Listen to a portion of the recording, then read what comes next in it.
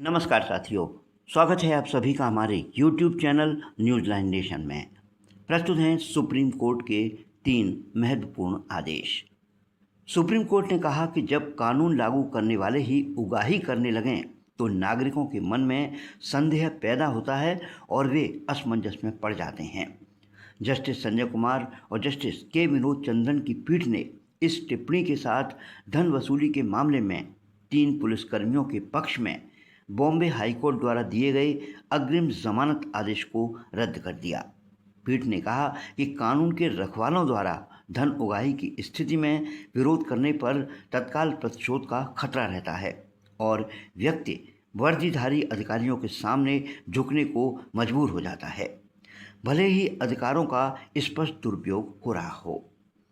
Supreme court ने कहा है कि आज के बदलते युग में विवाह से पहले संबंध सामान्य हो गए हैं। 2 अविवाहित वयस्कों के बीच सहमति से बने संबंधों के आधार पर किसी व्यक्ति के चरित्र पर नकारात्मक धारणा नहीं बनाई जा सकती।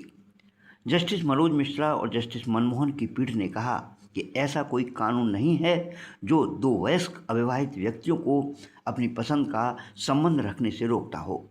पीठ ने आगे कहा कि ऐसे मामलों में आपराधिक मुकदमे का समझौते के आधार पर समाप्त होना आरोपी की दोष स्वीकृति नहीं माना जा सकता। सुप्रीम कोर्ट ने कहा कि यदि कोई क्रेता संपत्ति के सौदे के बाद विक्रेता को कानूनी नोटिस भेजने में कुछ देरी कर देता है तो केवल इस आधार पर न्यायालय उसे ज़मीन या मकान के एग्रीमेंट के अनुसार बैनामा कराने के अधिकार से वंचित नहीं कर सकता।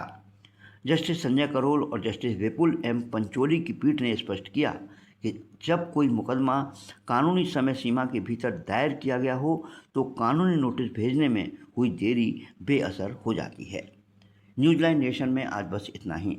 हमसे जुड़े रहने के लिए हमारे चैनल को लाइक, सब्सक्राइब और शेयर अवश्य करें। धन्यवाद।